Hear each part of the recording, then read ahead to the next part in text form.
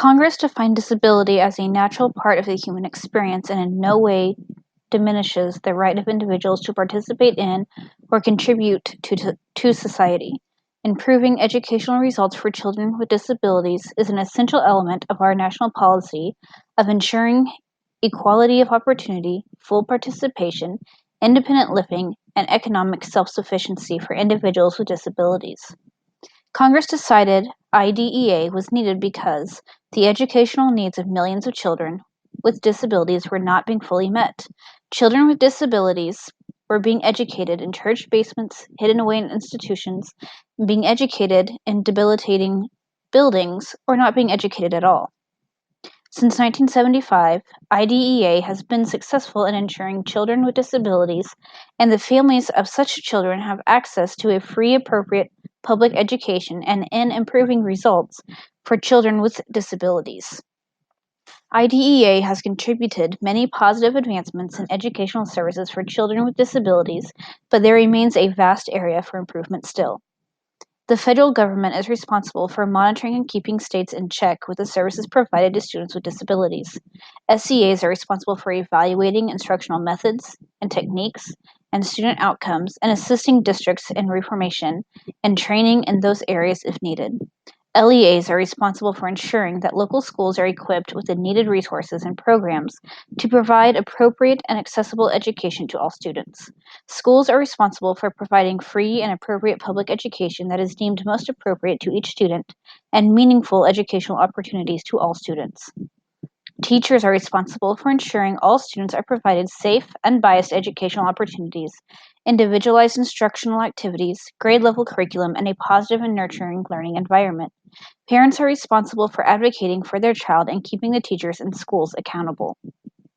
The 2004 amendments to IDEA brought with it more accountability for districts to ensure that students with disabilities are being served and educated appropriately.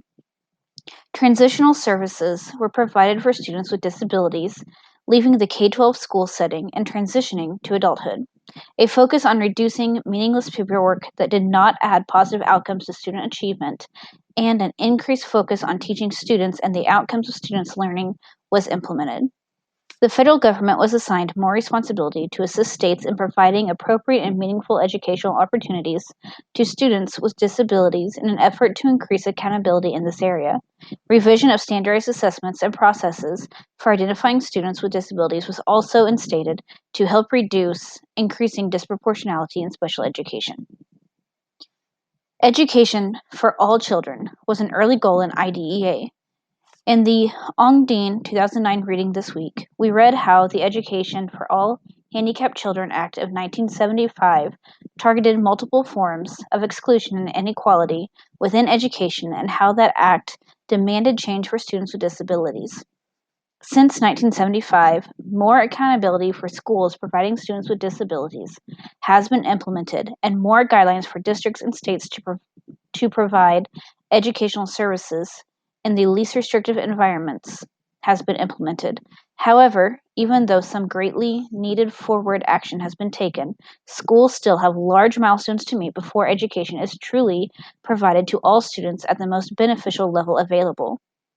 Also, since 1975, Congress has issued more responsibility to schools and parents on behalf of students with disabilities. In the Turnbull 2005 reading, the same idea was addressed.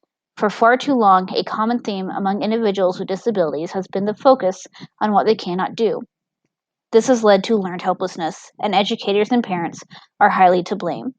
The reading states that this thinking and behavior can no longer be tolerated, and that instead, we as educators and parents must change our responses and set higher expectations for students with disabilities and start focusing on what they can do and build on current skills and abilities to teach those individuals how to be more independent and capable.